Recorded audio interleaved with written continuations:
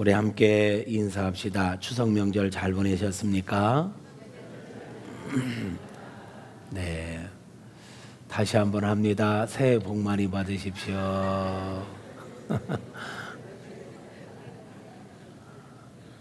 뭐 9월이 됐든 10월이 됐든 복 받으라면 좋잖아요.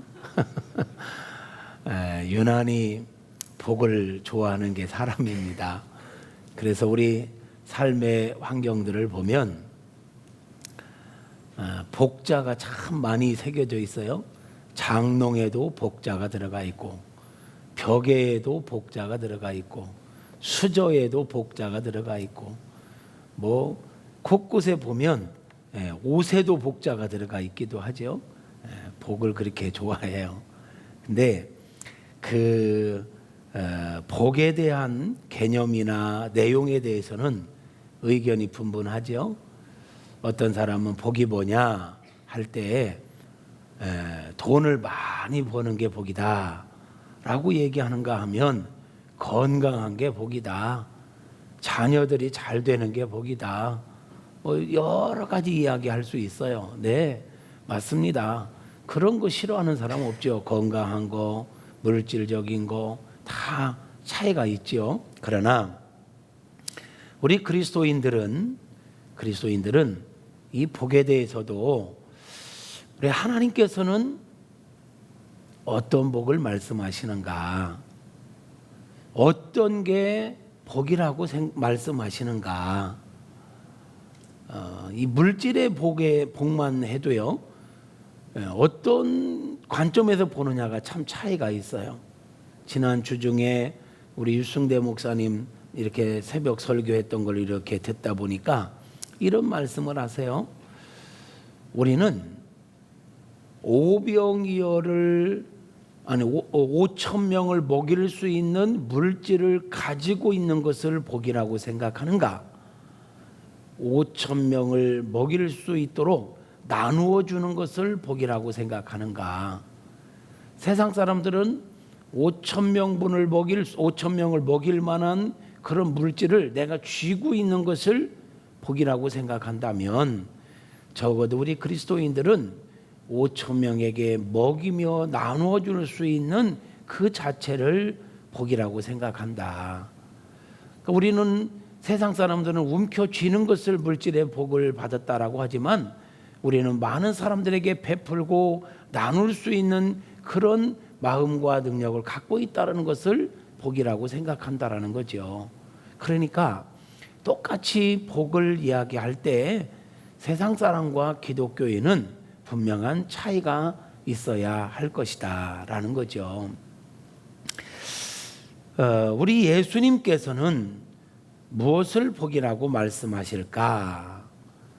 여러분, 예수님은 무엇을 복이라고 말씀하실까요? 예수님의 가르침 가운데 많은 가르치심이 있었는데, 그 많은 가르침 가운데 꽃이라 할 수 있는 것이 있다면 아마도 마태복음 5장, 6장, 7장에 나오는 산상수훈의 말씀일 것입니다. 마태복음 5장, 6장, 7장을 일컬어서 우리는 산상수훈이다, 산상보훈이다, 또는 황금률이다, 이런 말들을 하죠. 이 말은 왜 산상수훈이라고 했느냐? 우리 예수님께서 갈릴리 호수가 있는 그 주변에 조그마한 야산이 하나 있는데, 그 야산, 지금은 그 성지순례를 가보면 그 산에 팔복교회라고 기념교회도 이렇게 있어요. 조그마한 야산에 이렇게 가셨는데 많은 사람들이 그 예수님 계신 곳으로 몰려들었다는 거죠. 그래서 아예 우리 예수님께서 그 산에서 자리를 잡고 앉아서 그 몰려온 사람들에게 정말 황금과 같은, 보배와 같은 귀한 그 교훈들을 하셨는데, 그것을 걸어서 우리는 산상수훈이다, 산상보훈이다, 이렇게 이야기를 해요. 이 산상수훈의 가치가 뭐냐? 산상수훈이 뭐냐? 하나님 나라의 가치예요. 다시 말하면 구원받은 하나님의 백성들이 이루어 가야 할 삶의 자세들, 이스라엘 백성들, 출애굽한 이스라엘 백성, 이제 하나님께서 선택한 한 민족이잖아요. 선민이잖아요. 그들에게 하나님이 통치하시는 나라의 백성들은 어떠한 자세를 가지고 어떠한 원칙을 가지고 어떤 삶의 기준을 가지고 살아야 하는가에 대하여 이야기한 것이 저 시내산에서 613가지의 율법을 주셨지요. 그 중에서도 10가지를 추려가지고 돌판에 새겨서 주셨던 10계명. 여러분, 이 율법이 뭡니까? 10계명이 뭡니까? 하나님의 백성들이 기준을 가지고 살아가야 될 법이잖아요. 법, 삶의 원칙들, 삶의 기준 말이에요. 기준. 적어도 하나님의 백성들은 이러한 기준을 가지고 살아야 된다, 이러한 법을 따라 살아야 된다라고 정한 것이 613가지의 법이요, 그 중에서도 10가지의 10계명이라 할 수 있어요. 신약에 와서 우리 예수님께서 이 율법을 더 완전하게 한 게 있는데 그게 바로 산상수훈의 말씀이에요. 예수님은 율법을 폐하러 오신 분이 아니라 완전하게 하려 하심이라 그랬어요. 이 율법은 대체적으로 어떤 예를 들면 간음을 얘기할 때 실제적으로 어떤 행동을 범한 것을 간음이라고 한다면, 예수님은 거기서 더 나아가 여인을 보고 음욕을 품은 자마다 이미 간음하였다.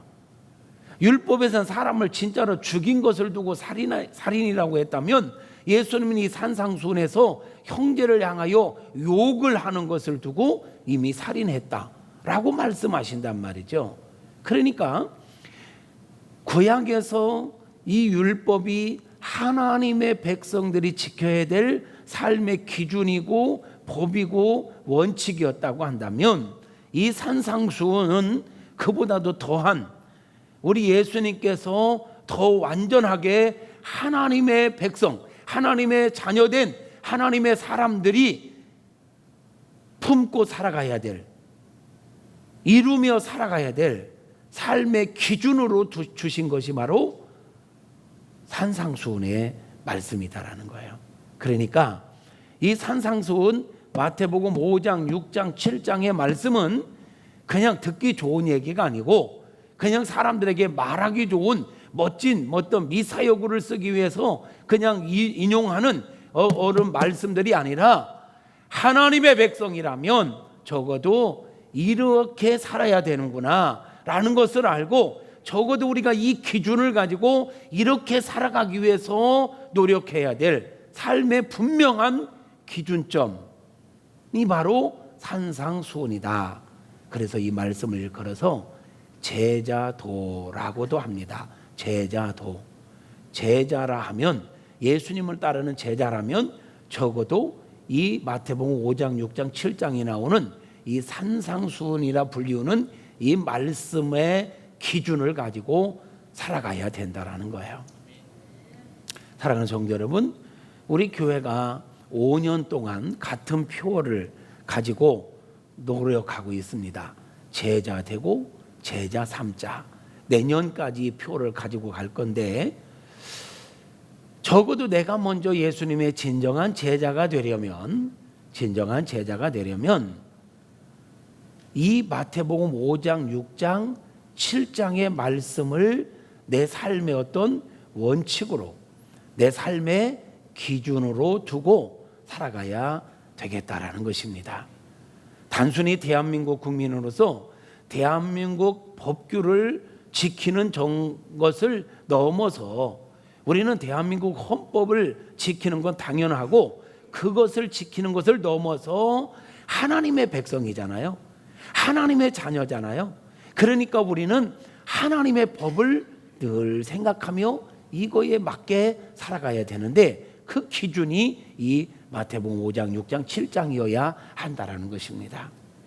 여러분은 지금까지 신앙생활을 하면서 이 말씀이 내 인생의 기준이다. 내가 여기에 지금 못 미치지만 내가 부지런히 하나님의 은혜를 구하고 나를 초복종시켜서 내가 이 산상수훈의 말씀을 살아내고 말리라. 이런 노력을 하며 살고 계시지요? 살아갈 거죠? 네. 그러니까 마태복음 5장, 6장, 7장은 그냥 성경의 한 부분이 아니라 우리 삶의 분명한 방향이어야 돼요. 삶의 가치여야 합니다. 적어도 예수 믿는 사람들은 이 말씀 따라 살아야 됩니다. 그렇게 살아가는 저와 여러분 되어질 수 있기를 축복합니다. 내가 이 나라의 헌법을 지킨다고 다 되는 게 아니라 정말 적어도 내가 하나님의 사람인데 이게 내 삶의 기준, 내 목표이어야 한다라는 자세로 살아가는 은혜가 있기를 다시 한번 주님의 이름으로 축복합니다. 그 중에서도 마태복음 5장 1절부터 12절까지에서는 8가지의 복을 이야기하지요. 소위 말하는 팔복 말이에요. 팔복. 사실 그런데요, 이 팔복은 8가지의 복을 이야기하는 것이 아니라 정확하게 말한다면 구원받은 하나님의 백성들이 가져야 할 마음의 자세를 이야기하는 거예요.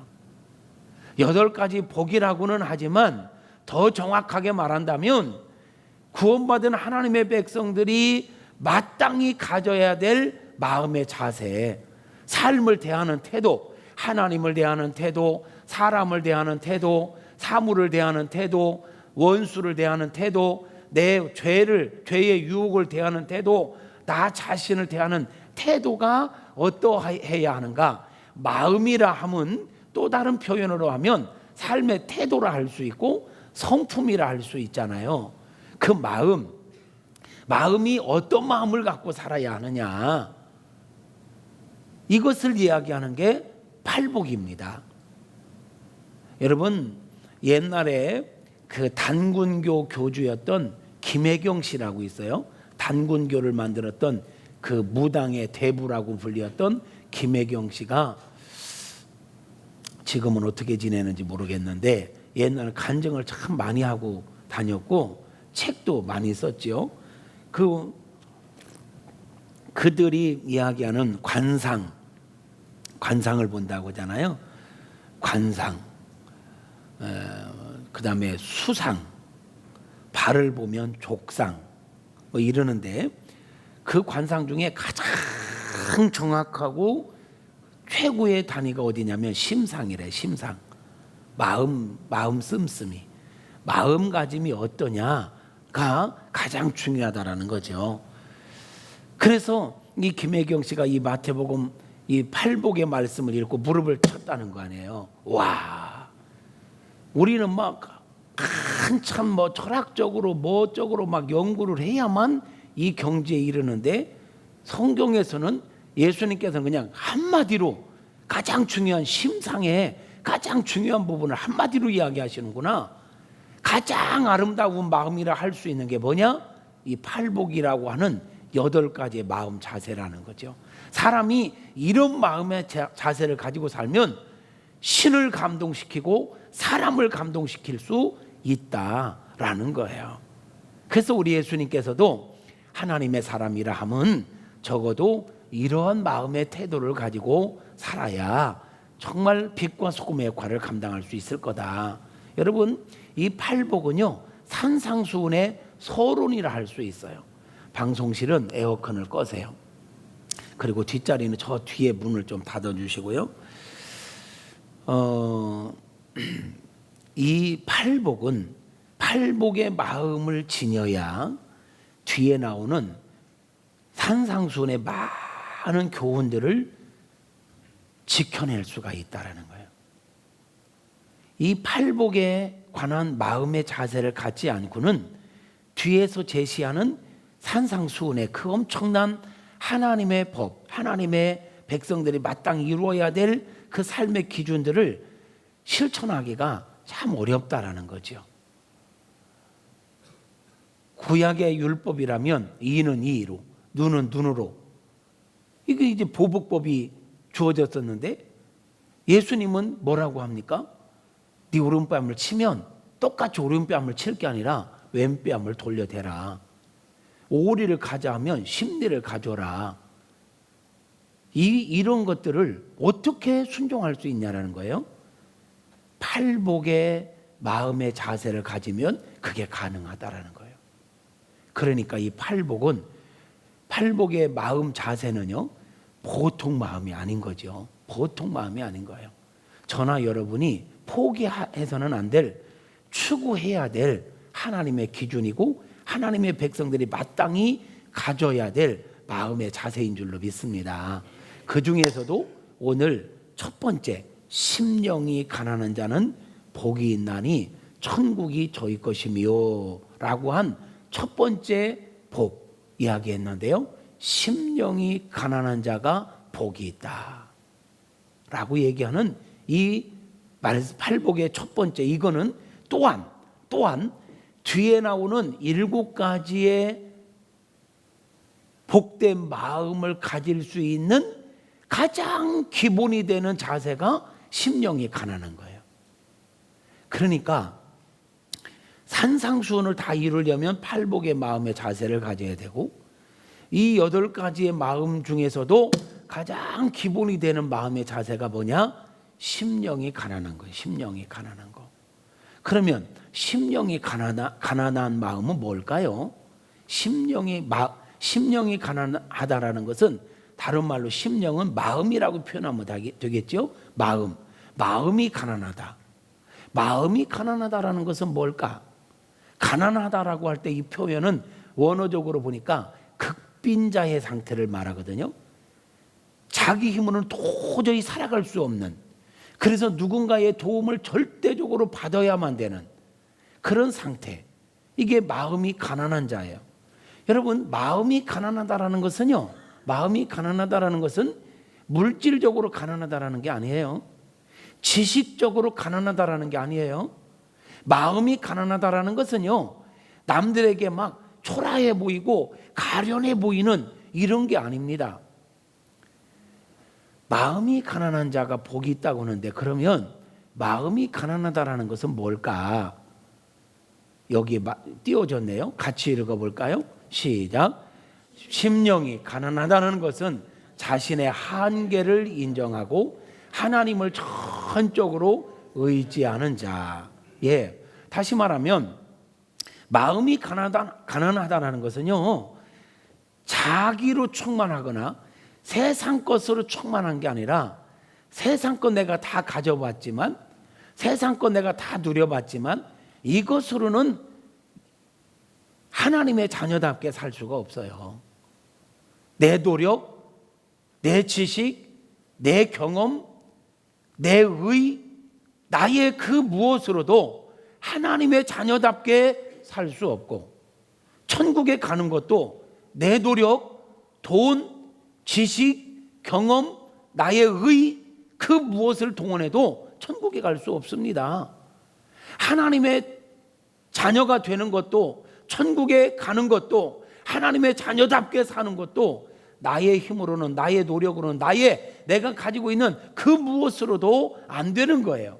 그래서 자신의 한계를 인정하는 거예요.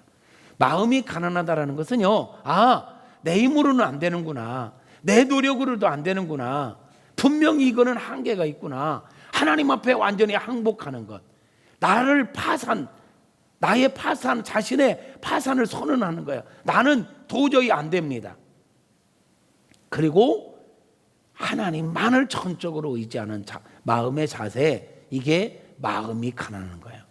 그러니까 하나님의 은혜를 사모하는데, 의지하는데 조금 의지하는 게 아니라 전적으로 하나님의 은혜가 아니면 안 됩니다. 은혜 아니면 살아갈 수가 없네.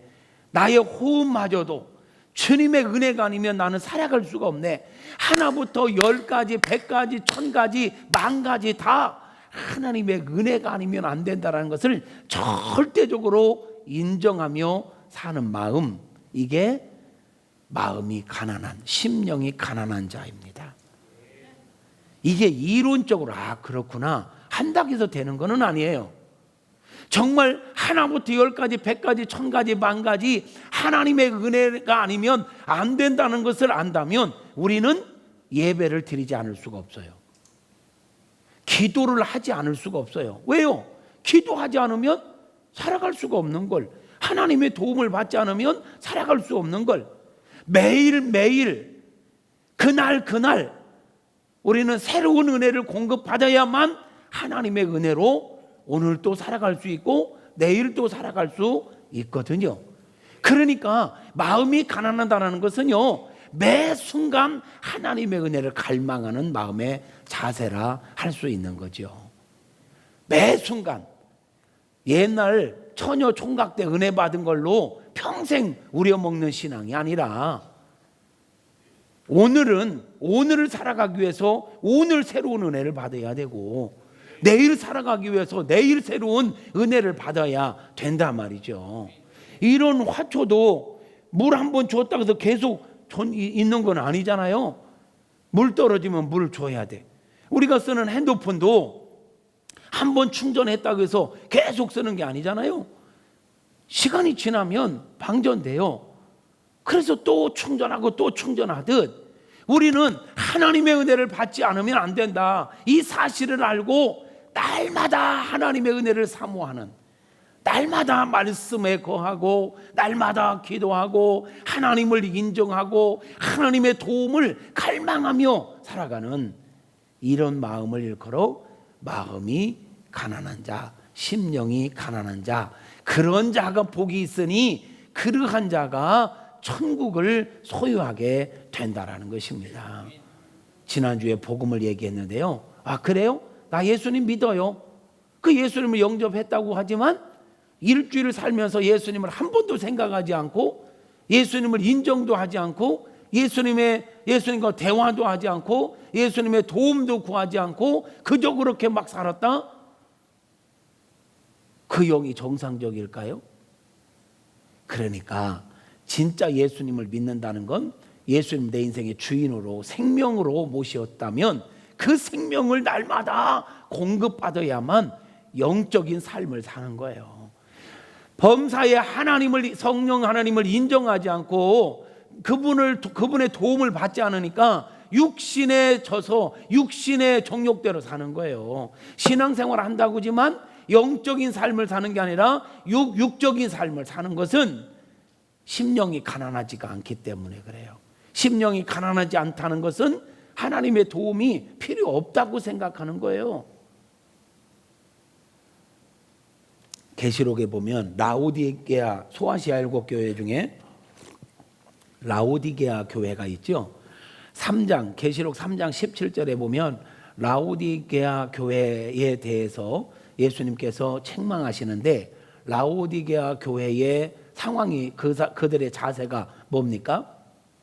나는 부유한 자라, 나는 부유하여 부족한 것이 없다 라고 말하는 거예요. 그들은 부자라, 나는 부자라, 나는 부족한 것이 없다. 그러니까 이 말을 바꿔 말하면 나는 하나님의 도움이 없다, 도움이 필요 없다, 하나님이 도움이 없어도 나는 잘 살 수 있다 라고 이야기하는 거예요. 그들에 대하여 우리 예수님 뭐라고 평가하십니까?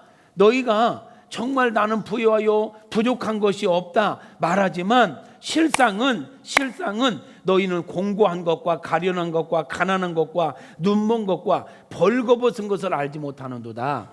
너희는 나는 부유하여 부족한 것이 없다라고 얘기하지만 내가 볼 때 너는 영적으로 곤고하고 가련하고 가난하고 눈멀고 헐벗은 자다, 벌거벗은 자다 라고 평가하거든요.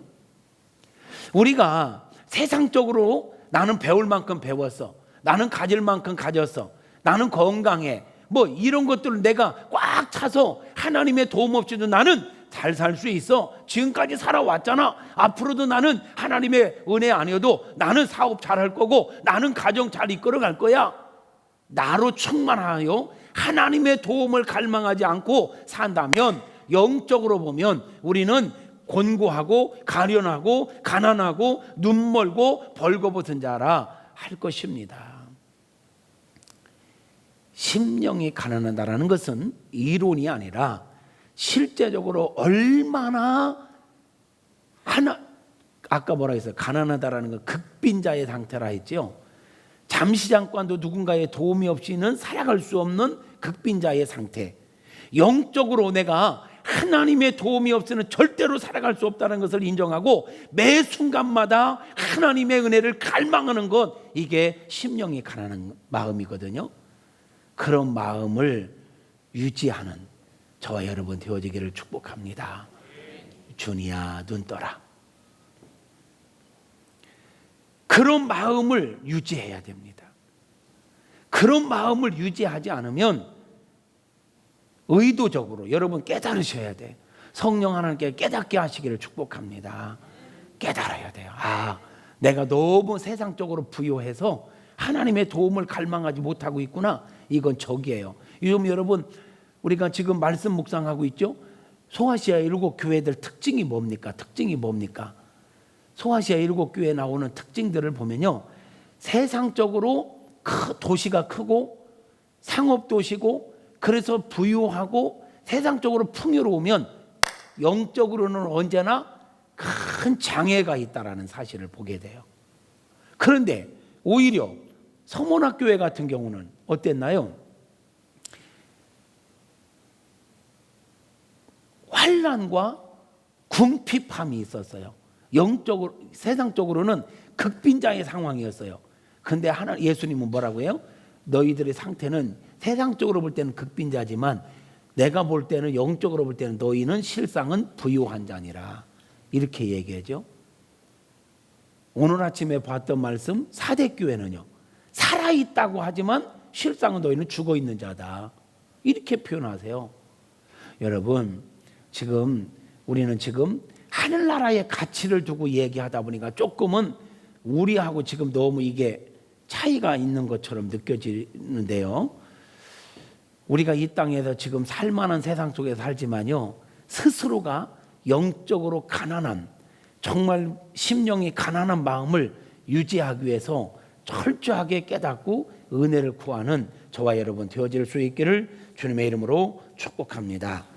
심령이 부유한 자는요, 자신을 크게 보고 자신을 의지하다가 절망할 일들을 만나지만, 심령이 가난한 자는요, 하나님을 크게 보고 하나님만 의지하다가 결국은 형통하게 되는 것입니다.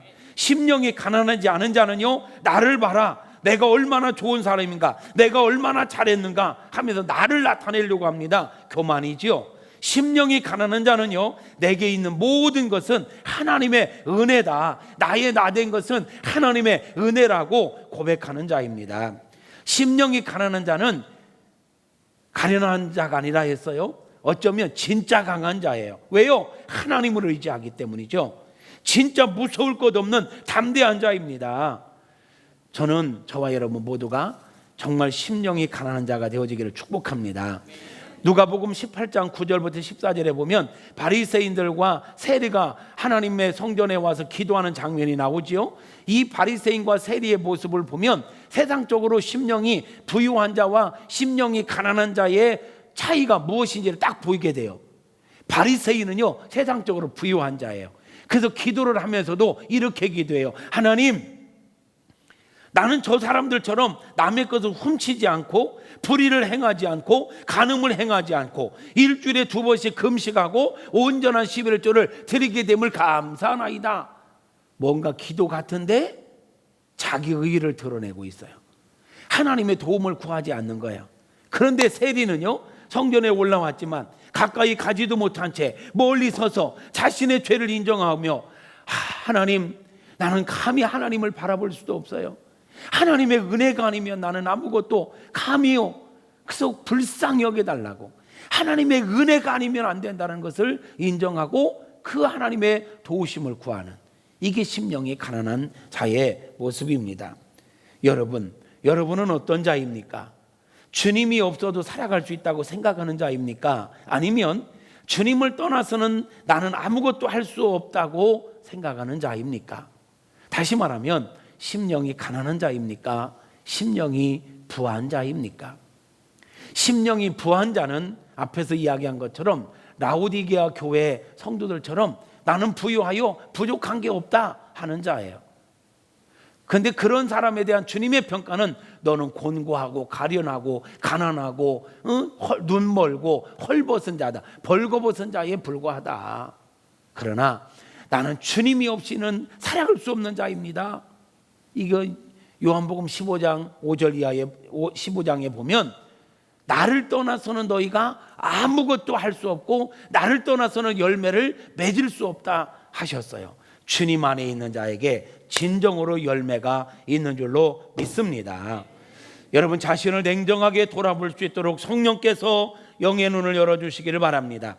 하나님이 도우심이 필요 없다고 생각하는 바리새인과 같은 심령을 가지고 있다면 이번 한 주간 말씀을 묵상하고 기도하면서 세리와 같이 오직 하나님의 긍휼하심과 도우심을 필요로 하는 심령이 가난한 자들이 되시기를 주님의 이름으로 축복합니다.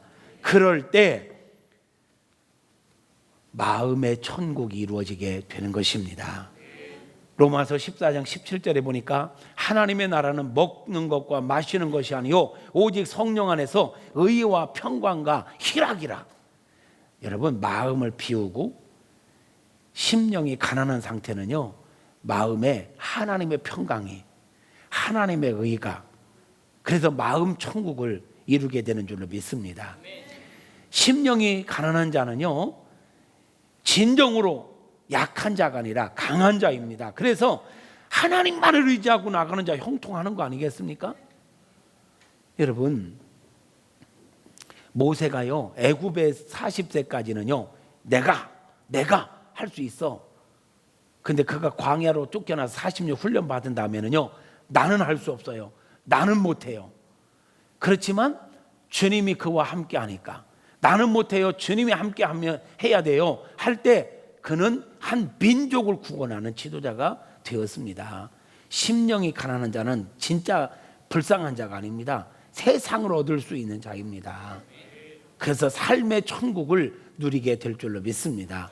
이런 사람들이 미래의 천국도 누리게 되는 줄로 믿습니다. 말씀을 정리합니다. 산상수훈은 구원받은 성도가 추구하고 예수님의 제자가 추구해야 할 마음의 자세입니다. 그 중에서도 팔복, 특별히 오늘 본문인 자신의 파산을 선포하고 하나님만을 전적으로 의지하고 살아가는 심령이 가난한 마음은 뒤에 나오는 복된 마음을 가질 수 있는 기본이 되고 산상수훈의 모든 말씀을 살아낼 수 있는 진정으로 복된 마음입니다.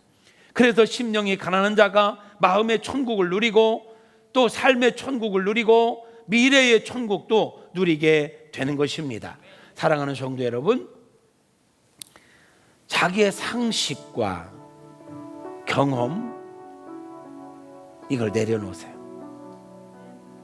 내 상식으로 살아가려고 하지 마세요. 내 경험으로 살아가려고도 하지 마세요.